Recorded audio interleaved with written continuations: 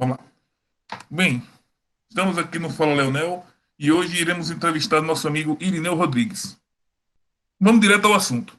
Irineu, quem é Irineu? Quem é o Irineu, né? Foi boa. Jorge, obrigado pelo espaço, cara. Muito contente aqui a gente estar falando com vocês, né? Os Leonels. Até mesmo essa iniciativa que vocês fizeram, eu até lhe falei, né? No privado, falei, olha, foi necessária essa iniciativa que vocês fizeram, inclusive até melhor para vocês gerenciar melhor entre vocês, né? Assim, então, unir o útil ao agradável. Isso aí é sensacional, essa iniciativa que vocês estão fazendo. Bem, vamos voltar direto ao ponto, né? Quem é Irineu?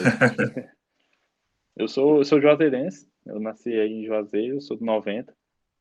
Eu me formei em sistema de informação na Faculdade de Juazeiro do Norte. Fiz a pós-graduação aí também. Quando foi em 2012, me mudei para Fortaleza para trabalhar no Instituto Atlântico, que é uma empresa, para mim, é uma das melhores empresas de tecnologia do Nordeste. Tenho muito apreço pela aquela empresa. E aí fiquei trabalhando durante 3 anos nessa empresa. E nesse período que eu estava trabalhando nessa empresa, eu me envolvi com projetos que chamam de open source, né? São projetos numa rede chamada Software Defined Networking, que é desenvolvimento de software voltado para redes, para resolver sistemas complexos de redes. Então, eu comecei a virar especialista nessa área de desenvolvimento de software para redes e comecei a me envolver em projetos de software livre daqui do Vale do Silício. Esses projetos eu fazia o meu trabalho normal de, de, de CLT, né, de 8 às 5, no Instituto Atlântico, e quando chegava em casa, e de noite, final de semana, eu ia trabalhar nesses projetos open source. Daí eu comecei a evoluir, né, nesses projetos nós temos várias etapas. Você começa com o contribuinte. Normalmente são empresas que pagam essas pessoas para ficarem desenvolvendo para essas ferramentas. No meu caso, eu Uhum. não tinha ninguém me bancando, a pessoa que estava bancando era eu mesmo, né? Era eu e minha esposa, a gente se bancando para que eu pudesse trabalhar nessa ferramenta. Então, eu fui subindo um pouco de nível, fui trabalhando mais, me envolvendo mais, e aí cheguei a um nível que eles chamam de committer, que é quando você começa a ter uma voz mais ativa no projeto. Você manda várias contribuições para o projeto e você é aceito no time para ter uma voz ativa. Após isso, a outra etapa é de virar líder técnico. E aí apareceu essa oportunidade, de acordo com várias contribuições que eu já tinha feito, eu me lancei como líder técnico, o time acatou e me elegeu como líder técnico do projeto. E aí foi quando eu coincidiu na época que eu me elegi como líder técnico, que surgiu a oportunidade de fazer uma apresentação em Seattle, aqui em Washington, para um evento do Open Light Summit, né, que era um evento que acontecia todo ano, dessa ferramenta que eu trabalhava, desse projeto de pessoas que eu trabalhava. Daí eu lancei eu tinha um trabalho que eu tinha feito numa parte do software que era uma máquina de estados, né? Para quem é da área sabe como funciona a questão da máquina de estados. Eu criei a ideia, o design dessa máquina de estados para essa solução. E aí quando eu mandei essa ideia da máquina de estados, da apresentação e como foi o desenvolvimento, o pessoal visualizou, né? O pessoal do evento visualizou. E aí me mandaram o convite para poder ir palestrar em Washington para falar em Seattle, para falar sobre essa máquina de estado e falar sobre esse trabalho, né? Naquela época eu até tinha falado, bem, eu não posso ir, até por questão de custos, né? Não tem como eu bancar os custos de viagem e tudo mais. E aí foi que, para minha surpresa, eu recebi um e-mail do Phil Robin, que na época era acho que ainda hoje ele é um dos diretores da Linux Foundation. Ele mandou um e-mail para mim, sendo bem direto, né, dizendo assim, ó, você não precisa pagar nada, você vai vir para cá, o projeto Open Daylight vai pagar para você a sua estadia, a sua passagem.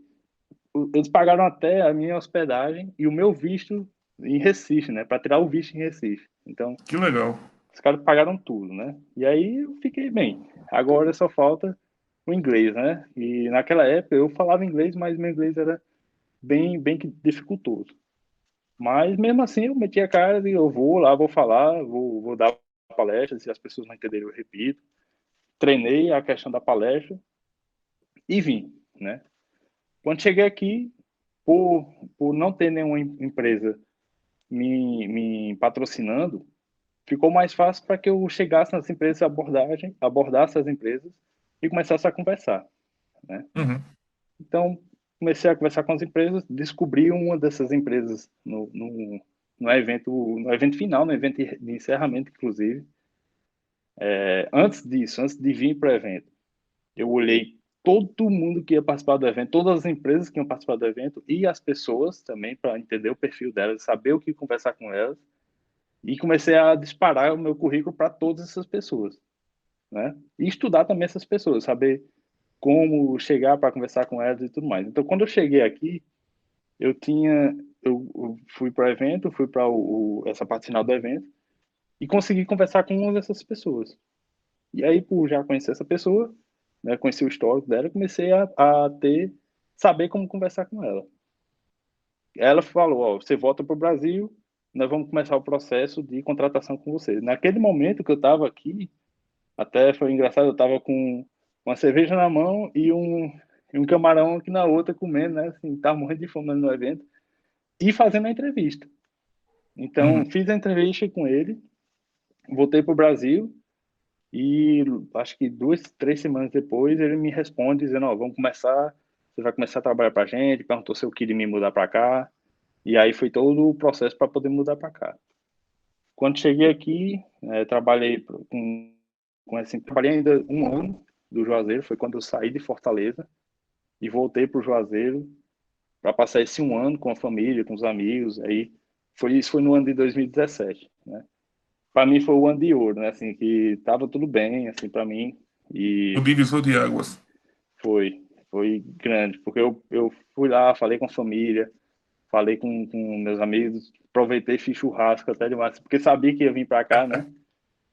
E aí eu e minha esposa, a gente se preparou para poder vir para cá. E quando foi em 2018, nós dois viemos para cá e aqui nós eu comecei a trabalhar nessa empresa que eu fui contratado na época. E só que como o modelo aqui é um pouco diferente, eu ainda estava me adaptando, né? Daí eu tive a necessidade de mudar de empresa, mudei de empresa.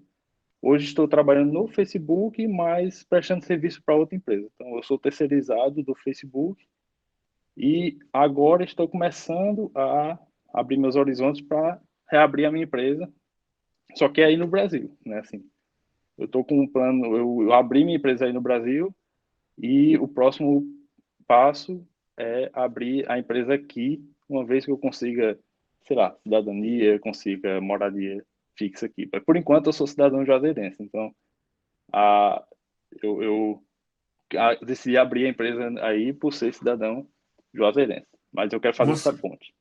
você está fazendo o que a gente chama de trabalho em duas frentes, né? É, exato. Esse é o Irineu profissional. Eu falei para você, né? Você perguntou quem é o Irineu, esse é o Irineu profissional. Isso. O Irineu pessoal, ele já assim, eu gosto muito de brincar, eu gosto de estar com os amigos. Para mim, amigo e família é o mais importante, né? Hoje, graças a Deus, a minha família, né? Minha família é minha esposa e tem meus pais também. Graças a Deus, sou muito grato por ter meus pais, por ter meus avós. Assim, hoje eu só tenho que agradecer, né? E Isso. o que eu gosto mesmo é de estar com os amigos, de fazer churrasco, planejar até a minha casinha no Crato, que é isso que a gente ama o Crato, eu e minha esposa a gente fala muito, eu gosto muito do Crato, amo o Juazeiro, mas eu amo também estar no Crato, sabe, assim, gostar da Serra, da Chapada, esse pedacinho ainda tá muito vivo na gente, sabe, e esse é o Irineu, o, o Irineu pessoal é esse aí, a pessoa que gosta de gente, gosta de estar com as Entendo. pessoas. E nessa perspectiva, Irineu, a gente também tem que observar que o mundo corporativo também mudou. É mais uma coisa mais cyber, vamos dizer assim, porque a gente não tem agora, a gente tem, melhor dizendo, com essa mudança de paradigma, o trabalho é remoto. Então você não tem, como é que eu posso dizer, não tem limitação de estado, né? Limitação Uhum. gráfica, e você pode, apenas com o computador, você pode dar uma trabalhada, você pode propagar uma ideia de qualquer lugar do mundo. Então É, é muito isso que as pessoas estão trabalhando, e foi essa curiosidade que eu tive ao lhe questionar quem é o Irineu e qual o modelo de negócio dele. Entende? legal, legal. Foi bom até ter falado isso, Jorge. Quando eu estava na época de 2017, por exemplo, para mim 2017 foi o ano chave, porque foi quando a minha cabeça começou a expandir, principalmente para esses horizontes globais, né? Em 2017, eu e minha esposa nós passamos um período de um mês e meio em Sydney, na Austrália, e até hoje não teve uma experiência melhor, mesmo vivendo aqui 3 anos, do que a experiência que nós tivemos em Sydney. Foi um mês e meio, mas o um mês e meio valeu sabe, por anos, né, ali. Por que que eu falo isso? Também pelo lado profissional, né? Porque eu fui para resolver um problema profissional, um problema técnico, e nesse problema técnico eu descobri que tinha o problema técnico, mas 90% do problema era de comunicação e problema com pessoas. Então, veja só, nós tínhamos, mesmo com toda essa questão global, né, mesmo com todas as ferramentas, a gente ainda precisava de que uma pessoa se deslocasse do seu país de origem e fosse até lá para resolver um problema que não era 100% técnico. Então, naquele período, eu parei para pensar, bem, foi onde eu comecei a formar a minha ideia, né, de que, ok, as ferramentas estão evoluindo, todo mundo está conseguindo se conectar, mas existe um outro tipo de conexão pessoal, o tato e tudo mais, que não se pode confundir com esse lado tecnológico, né? Esse lado tecnológico nunca vai fornecer. E também o homem nunca será substituído pela máquina. Jamais. Essas são as frentes que eu visualizo e que eu trabalho. E aí, quando eu fui para lá, quando teve toda essa parte dessa transição, eu percebi também que está tendo isso, culpa até das redes sociais, da forma como a gente utiliza as redes sociais, esse desnível entre vida pessoal e vida profissional, né? A gente acaba confundindo demais quando a hora que eu estou trabalhando e a hora que eu estou vivendo, né? Isso. E isso tá virando comum, isso é um perigo, né? Nós temos que às vezes parar um pouco e pensar e não se deixar levar por isso. Isso é uma questão da educação pessoal de cada um, né? Nessa época de 2017 para cá, foi quando estava começando até uma ascensão muito grande sobre das redes sociais, do abuso do uso das redes sociais e tudo mais. Eu vim notando muito isso também. Quando eu fui para lá, e lá o mundo é de cabeça para baixo, né? Literalmente, porque meio-dia lá era meia-noite no Brasil. Eu via que as pessoas tinham que ter reuniões porque o mundo estava se concentrando muito nesse lado de cá, Uhum. né? Os negócios, as ações, tudo se concentrava para cá. Então, o ritmo a nossa sorte como brasileiro é porque como as coisas acontecem muito vindo dos Estados Unidos para o restante do mundo, nós sabemos isso justamente porque os Estados Unidos foi onde a internet começou. É de se esperar que muita novidade venha daqui, porque de fato foi aqui que tem a infraestrutura. A nossa sorte é que no Brasil tem o time zone ali, né? Tá batendo, mas imagina para Mesmo. quem tá lá do outro lado, sabe? E aí o pessoal começa a madrugar. E é isso aí eu acho que eu até rodeei um pouco, mas para entrar nesse tema que você falou. Aí onde entra a questão de você usar a tecnologia até um certo ponto, né? Não confundir a tecnologia com a sua vida profissional e sua vida pessoal. Agora Isso. vai ficar mais difícil ainda por causa do 5G, né? Tudo vai ser em tempo real, todo mundo vai ter o mesmo tipo de conexão e tudo em tempo real. Então, pode esperar, vai ter uma bagunça grande vindo aí, viu? Com certeza. E voltando ao Vale do Silício, você está morando agora em São José, correto? Isso. São José, né, que é no norte da Califórnia, fica a 45 minutos de São Francisco. Ótimo. Na terra dos Sharks, do time de hockey. Isso, o Sharks. E uma coisa, tem um fato interessante, Jorge, que pouca gente sabe, tem uma cidade aqui chamada Milpitas. Ela é a cidade que é a primeira Hollywood do mundo, né? É, Ah, é onde o Charlie Chaplin ele fez as suas gravações lá. Tanto que você anda lá, tem menções sobre ele, tem uns lugares onde ele andava, é uma cidade bem histórica. Muito pequeno, né? Inclusive nós fomos lá e as pessoas, conversando com algumas pessoas lá, eles falavam que nem os próprios moradores daqui conhecem bem a história desse Milpitas, desse lugar. É muito, muito interessante. Aqui tem muita história aqui, cara, que é um lugar entendo. rico. E a respeito das tendências do Vale do Silício, o que é que está sendo pensado? O que é que está sendo visto como mudança de paradigma, além do 5G? O que é que vocês estão pensando por aí? Olha, como eu disse, né, assim, o 5G ele vai mudar muita coisa, né? Uhum. Pode esperar aí, vai mudar para meus colegas que são profissionais de desenvolvimento de software.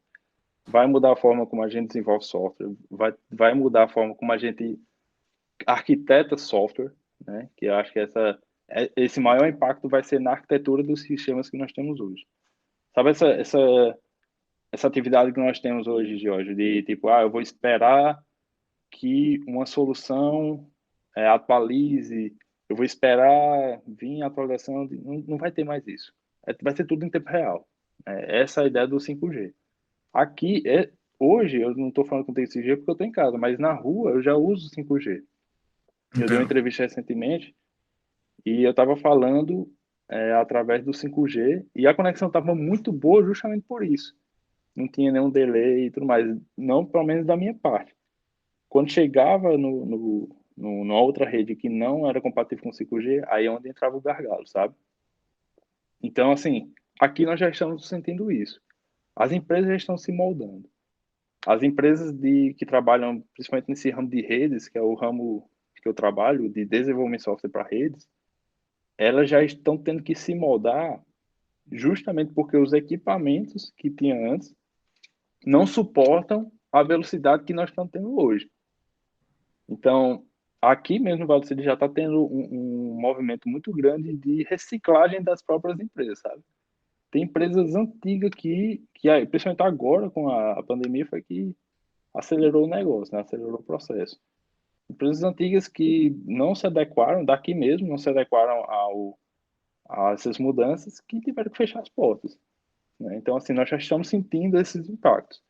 Esses impactos vão surtir efeito no Brasil também. Inclusive, a visão que eu vejo daqui para o Brasil é que o Brasil vai ser um consumidor. Eu queria que o Brasil fosse um produtor, Uhum. fosse um centro de que tivesse a tecnologia e vendesse a tecnologia para os países, sabe? E não comprasse só dos Estados Unidos, só da China. Se você me perguntar de poderio técnico, de capacidade de pessoas, o Brasil tem de sobra. Tem de sobra. Eu conheço, eu sei, existem várias comunidades de pessoas extremamente capacitadas no Brasil que dá para fazer esse aporte técnico. O que não tem, aí já entra no outro contexto do nosso aqui que nós vamos falar aqui, é o ecossistema Isso, financeiro, o ecossistema de negócio que tem aqui no Vale do Silício. Aí eu acho que já entra até em outro tema, né? isso, Como que é a, a como que é a questão de negócios aqui? isso. Aqui é dinheiro. Então, assim, empresa começa pensando em dinheiro. ela usa a tecnologia, usa uma outra coisa, assim, uma outra finalidade, um outro meio, mas a finalidade dela é sempre de ganhar dinheiro, é sempre de ir para o mercado de ações ou algo do tipo. Então, elas já começam com essa mentalidade, né? De ir para esse mercado de ações e de começar grande, digamos assim, ou de se mostrar grande. Então, tem muita falácia aqui no Vale, tanto que a gente brinca aqui, conversando com alguns colegas, que aqui é o lugar do pessoal falar demais, sabe? Você se vender demais, né?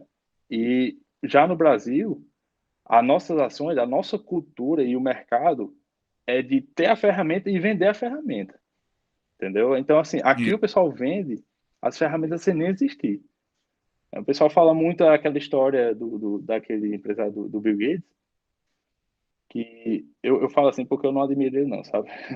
Eu, não, sem problema. eu tenho um certo desprezo pela pessoa dele, principalmente agora na posição dele em relação à questão da pandemia. Ele, na época, ele vendeu, mas isso é louvável para os moldes daqui da região que ele fez, né? Ele vendeu o software sem ter o software. E aí ele jogou nos desenvolvedores dizendo, ó, tá aí, eu vendi, agora vocês desenvolvam, né? Isso acontece demais aqui. O pessoal se vende, você... É tanto que até serve de alerta para os meus colegas que estão querendo vir para cá e recebe proposta ou que vê um site daqui do Vale do Silício de uma empresa enorme, mas na verdade é só uma pessoa ali parada mesmo, teve um tempozinho livre e criou, sabe? Aquela empresa. Então, assim, os caras é no vai que cola. Tem muito vai que cola aqui. O pessoal bota ali um site Uhum. bonito, bota um negócio dizendo que faz uma coisa, sabe, extraordinária, e quando na verdade ele só está tentando se vender para que se alguém de fato dizer, não, gostei da ideia, vou ali bancar e vou botar dele na sua empresa, aí ele começa a acelerar o processo, aí ele vai atrás de desenvolvedor, aí ele vai atrás de contratar, é assim que funciona aqui, sabe? Isso no Brasil, e eu sou muito grato, eu acho que essa não é a forma certa de fazer negócio, no Brasil isso não funciona, né? É tanto que quando eu comecei a pensar a minha empresa, eu pensei, bem, eu tenho que ter um plano de negócio para o mercado brasileiro e eu não posso usar o mesmo plano de negócio para o mercado daqui. Aqui é outra história, né? Eu tenho que mudar os contextos e fazer diferente, né? Então, foi bom, Jorge, a gente falar sobre isso, porque eu estou vendo um movimento muito grande aí no Brasil, principalmente das empresas de tecnologia, de se moldar ao modelo daqui para tentar vender produto aí no Brasil, sabe? E não é assim, não vai funcionar, vai Entendo. quebrar, sabe? É, a gente tem os exemplos, né, do que você citou de Fortaleza, que já está sendo um destaque na questão de startup. A gente tem a questão também lá do Recife e de Uhum. Florianópolis, lá em Santa Catarina. Sem contar com São Paulo, que sempre foi uma meca. Qual a sua opinião a respeito do que está sendo feito aqui no Brasil? Rapaz, sinceramente, eu tô muito empolgado com. É tanto que eu abri a empresa aí, né? Se eu não acreditasse, eu não faria isso também. Eu estou empolgado com a posição do Nordeste em relação a essa frente de tecnologia, porque você tem o César em Recife, que é uma organização respeitadíssima, né? Eu queria um dia conhecer o César para falar com as pessoas lá, porque eu admiro muito o trabalho do pessoal. Nós temos o Instituto Atlântico em Fortaleza, que é referência também, né, assim, nessa parte. E tem milhares de empresas aí na região, no Nordeste em si. João Pessoa também é um lugar que está crescendo bastante nessa parte. Campina Hum, Grande também é uma região. Então, assim, eu estou mais empolgado em ver que está se descentralizando, como você disse, São Paulo, né? A gente não pode nem negar como que está sendo o movimento de São Paulo. Mas o que é que está acontecendo, George? Eu estava até falando com um amigo meu que ele trabalha hoje, ele era desenvolvedor, hoje ele está mais nessa parte de negócios, né? Fazendo ponte entre empresas.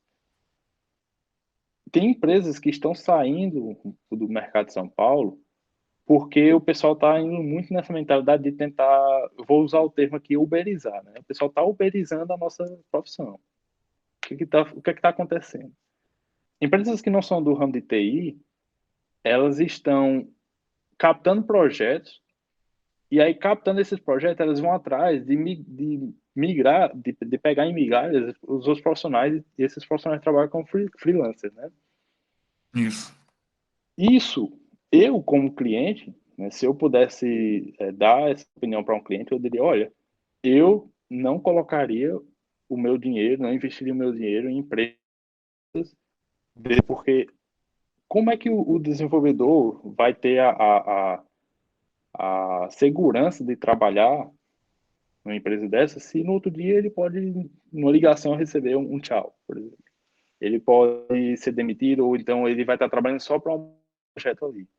Eu confiaria em uma empresa em que ela se preocupa em formar um time, ela se preocupa em ter o conhecimento, ter aquelas pessoas com aquele conhecimento, aqueles skills, né, juntos e mantendo ali, porque se eu desenvolver uma ferramenta com aquelas pessoas, eu quero que daqui a 10 anos a mesma empresa, com aquele conhecimento evoluído, dê a manutenção na minha ferramenta. Então, essa mentalidade que as pessoas têm que ter antes de contratar esses processos. E eu conversando com essa pessoa, ele me disse que em São Paulo, o que está acontecendo é essa questão inversa. As empresas que eram sólidas de software em São Paulo estão se quebrando para se tornar empresas captadoras de projetos e virarem pequenas startups, né? Que agora a palavra da moda agora é startup, né? Isso. São pequenos projetos com pessoas sem vínculo nenhum com a empresa, sem vínculo nenhum com o projeto, sem vínculo empregatício, muitas vezes, que prestam serviço ali na hora e sai. Nessa área de desenvolvimento de software, de sistema de informação, não funciona assim. É algo gradativo, é um conhecimento adquirido, é um conhecimento que é compartilhado, sabe? As pessoas têm que se integrar, têm que conversar e têm que evoluir juntas. Então, quando você uberiza a, a, a profissão, fica todo mundo do mesmo nível. Todo mundo igual e sempre resolvendo o mesmo problema. Aí vai vir um 5G aí, ó, vai dar essa pancada. Isso está acontecendo em São Paulo. No Nordeste, o que está acontecendo já é um movimento inverso.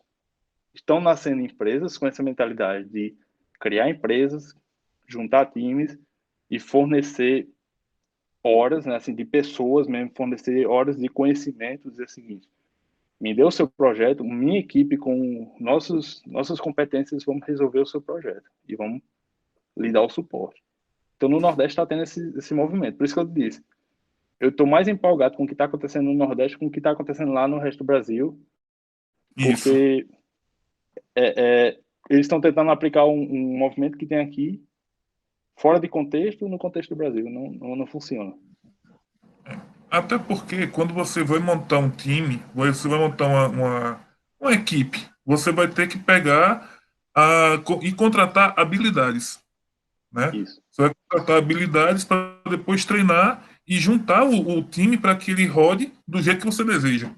Então, isso, para que isso aconteça, para que a empresa se solidifique, é importante esse trabalho em conjunto e que esse trabalho em conjunto renda frutos posteriores. Não é ficar só em um mês, 2 meses de trabalho. É mais importante você trabalhar por anos os problemas serem resolvidos porque a equipe é multifuncional. e Né? Então, nesse aspecto também eu concordo contigo da questão da mudança, né? De paradigma, da mudança da cultura organizacional, que é muito importante para você ter sucesso enquanto isso é uma empresa. Voltando à questão do Vale do Silício, uhum. como é que o estrangeiro está sendo tratado lá? Qual é o cenário lá? É só americano, é só estrangeiro, tem europeu, não tem português, enfim. Me Tá. explica. Vale do Silício não tem americano, não, americano. Tem, mas tem pouco, sabe? Assim, principalmente trabalhando nessa área de tecnologia da informação. Até um ponto, Jorge, que eu e minha esposa, quando a gente sai aqui, a gente dá uma volta e começa a observar. Ela gosta muito de observar, ela tem a visão muito melhor do que eu, mais aguçada, para observar a cidade, né? Observar o, o comportamento da cidade. né? Você vai ter a Uhum. oportunidade de conversar com ela, você vai perceber isso. Eu já tento olhar mais para a técnica, né? Porque é a minha rotina, né? Mas a gente observando em geral, a gente vê que o americano, o norte-americano mesmo, ele não trabalha em trabalhos como esse de TI, por exemplo, aqui. O norte-americano, ele tem uma vida comum como nós brasileiros temos, sabe? Como a maioria dos brasileiros tem. Então, assim, existem bolhas aqui, existem muitas bolhas aqui. Hoje eu digo que eu vivo numa bolha, né? Essa bolha que eu vivo aqui não reflete a realidade nem da Califórnia, quiçá dos Estados Unidos todo, sabe? Aqui, é tanto que o salário médio de um norte-americano, né, que trabalha numa área que não seja da área de TI, é em torno de US$ 40.000 anuais. Isso, nós estamos falando de US$ 40.000 para um lugar que a Califórnia tira 30% da folha, diretamente da folha, de um trabalhador. Então, assim, aqui o estado da Califórnia é o mais caro dos Estados Unidos. Então você imagina a questão da diferença, né?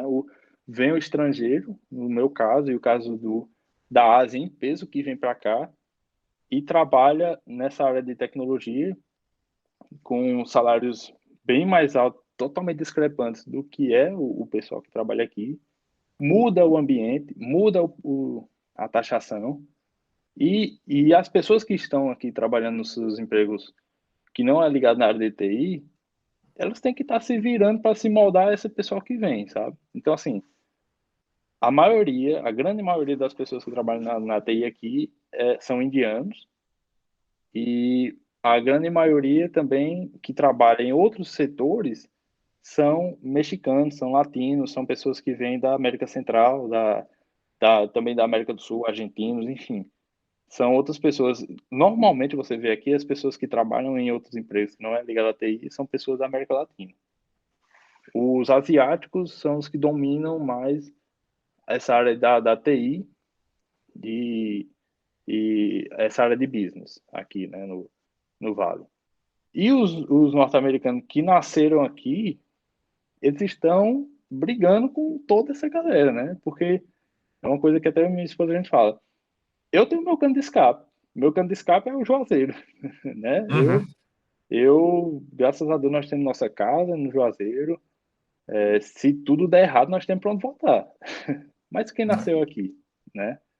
Então você pensa assim, você vê o pessoal vindo para cá e tudo mais, você tem que se colocar no lugar dessas pessoas também. Mas é essa a visão, tá? Essa visão que você tem quando você chega aqui, as pessoas que eu conheço também que notam isso aqui também, é visível a discrepância entre as classes e entre as pessoas aqui. Não vá pensando que você vai vir para o Vale do Silício, logo de cara você vai ver um norte-americano, você vai estar conversando com um norte-americano, você não vai, né? Assim, eu digo assim, a probabilidade de você conversar aqui no Vale do Silício com um norte-americano é mínima. É coisa é um milagre você encontrar aqui. Entendi. É, continuando sobre o Vale do Silício, uma pergunta provocativa agora. Certo? O Vale do Silício é um sonho ou um pesadelo? Ou depende? Olha, depende, porque assim, infraestrutura, nós temos aqui, não, isso não pode negar, a infraestrutura aqui é sensacional. A, Você vê o que você paga, você de fato você vê sendo aplicado, certo? A questão do senso de comunidade, que é um negócio que eu até queria pedir que você conversasse muito bem isso com a Gabriela, que ela tem uma visão muito boa em relação a isso, mas a gente conversa muito aqui, o senso de comunidade daqui é algo de ser assistido, porque se colocar o senso de comunidade que se tem aqui com nosso tato brasileiro, fica uma coisa sensacional, sabe? Então, assim, é algo a se espelhar aqui também deles. E também a questão de organização dos setores, né? Os setores se comunicam aqui, então isso é sensacional. A outra parte do depende é justamente essa discrepância entre as classes, que é visível.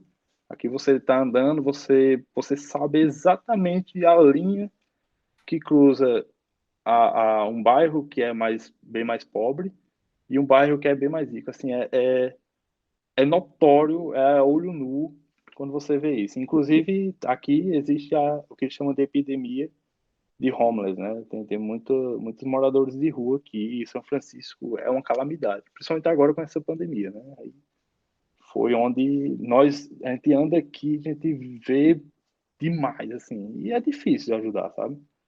Inclusive, até essa outra parte ruim, que é assim, uma vez que você quebra, até meio polêmico falar isso, né? Mas enfim, no Brasil, quando você quebra, você consegue de alguma forma se reerguer. Eu conheço muitas pessoas que quebraram, se ficaram, perderam tudo, mas foram ali de pouquinho em pouquinho fazendo um trabalho aqui e acolá, conseguiu se reerguer, conseguiu ter uma vida digna. Aqui, dificilmente eu vejo uma pessoa que, quando quebrou, ela consegue se erguer. Por quê? Porque ela precisa de nome para crédito, ela precisa, tudo que ela for fazer aqui, se ela não tiver crédito ou se tiver crédito negativo, é tudo mais caro. Então, o próprio sistema é desenhado para que você dê certo, certo? Uma hora que você deu errado, aí você, para voltar ao que você estava antes, é extremamente complicado. Esse é um dos lados ruins que eu vejo aqui no Vale. Pelo menos assim, tem muita gente rica, tem demais aqui, demais, demais. Assim, é uma coisa que eu até estava falando com o Sandro outro dia, que tem muita gente que eu vejo na região que acha, aí na região do Cariri, que acha que é rico. Eu queria que eles vissem os ricos que eu vi aqui, que esses daqui, meu amigo, que são, assim, fora da caixa, sabe? O negócio, assim, a mentalidade é até outra, assim, é diferente o negócio.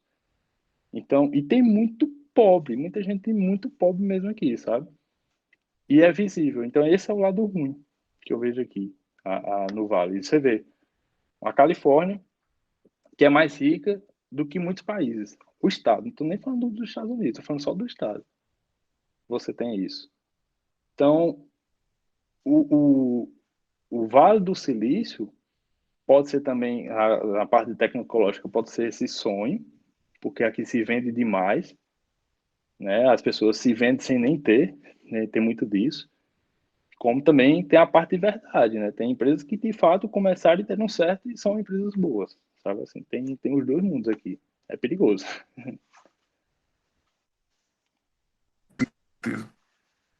Irineu, para finalizar a entrevista, desde já o Fala Leonel, no setor do mundo corporativo, agradece demais as suas posições, as suas opiniões, e eu gostaria que você deixasse uma mensagem sobre o mundo corporativo, o que é que você pensa a respeito, para o pessoal que está querendo investir, está querendo o sonho do Vale do Silício, enfim, tem que estar pensando fora da caixa, de um modo geral. Certo. Qual você pode passar para esse pessoal? Ó, é como você disse, pensar fora da caixa, é sair da caixa mesmo. É vir para cá, se quiser vir para cá, mas venha com o pensamento de mudar, sabe? Não venha trazendo as mesmas formas de trabalhar que você tem aí no Brasil, porque aqui não se aplica, sabe? Seja em qualquer área, não só na área de tecnologia da informação. Brasileiro aqui na área de tecnologia da informação é muito bem visto. Isso eu acho que é um mérito nosso. Por que que ele é bem visto? Porque nós temos esse tato, né? Então, aqui se falta muito a questão de trazer o tato brasileiro, de trabalhar em equipe, de pensar, de raciocinar, de conseguir ver a floresta, né? Não ver só a árvore, e trazer esse trabalho em equipe. Aqui, as empresas aqui gostam demais disso. Não só da área técnica, tá? Assim, você é muito bom tecnicamente. Tem 300 mil pessoas aqui, milhões de pessoas aqui, muito boas tecnicamente. Mas aquela pessoa que consegue juntar os pontos, que consegue dialogar e tudo mais, ela ganha destaque e eu acho que no Brasil nós temos demais isso. Então, essa é a minha dica. Para o mundo corporativo, para as empresas que estão nascendo, eu aconselho fortemente no Brasil, lute contra essa questão do uberismo. Não deixe que a nossa profissão seja uberizada. Toda profissão, na verdade, nenhuma profissão pode ser uberizada, né? Mas eu falo com particularidade da minha área, porque eu vejo que esse é um movimento que está acontecendo. Trate equipes, contrate equipes, trabalhe com pessoas, trabalhe para pessoas, certo? Assim, monte equipe de pessoas, faça com que a tecnologia junte as pessoas. E não use a tecnologia como desculpa para robotizar as pessoas, né? Que é isso que está acontecendo, que é isso que a uberização acontece. Então, se você tem essa mentalidade de uberizar, ou então de transformar essa nossa região, né, nesse esquema, você já está ficando defasado aí e aqui. E aqui o pessoal já está vendo que isso é um erro, sabe? A, a, tem uma empresa muito grande, eu não sei se nós temos tempo, mas falando rapidinho aqui, tem uma empresa muito grande aqui chamada Fry's. É uma empresa de mais de 30 anos que vendia eletrônicos e fechou. A Fry's fechou. O pessoal às vezes fala, por causa da pandemia. Não, a pandemia só agravou. Mas antes mesmo da pandemia, a Fry's já estava para fechar porque não tinha como competir com empresas como a Amazon, por exemplo. Então, imagina só, você perder aquele gosto de... Nós já perdemos o gosto de entrar no locador. Você sabe muito bem, eu sei muito bem, como era bom poder entrar na locadora, escolher, conversar com a pessoa, pedir uma dica ali de um filme, um negócio. Era muito bom, era um trabalho comunitário. Nós estamos Isso. perdendo isso agora, com todo esse avanço tecnológico. Então, você que está pensando em criar um aplicativo, criar um novo tipo de negócio, mas pense num aplicativo, num tipo de negócio que inclua as pessoas, que não tire o processo de pessoa do meio, porque se software não servir para pessoas, então não serve para nada, né? Isso que eu penso. É a questão de você fazer um software que gere uma experiência humanizada. Exato, exato. E eu acho que foi até bom a gente tivemos o dia do trabalhador.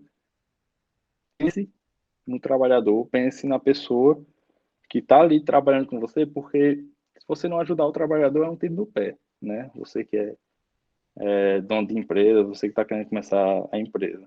Seja amigo do trabalhador, porque, enfim, é a arma que você tem, né, para poder sobreviver. Essa é a minha visão. Esse é o meu recado que eu deixo para as pessoas do mundo corporativo. Então, Aline, muito obrigado pela sua disponibilidade para essa entrevista, suas visões a respeito do Vale do Silício, a respeito do mundo corporativo.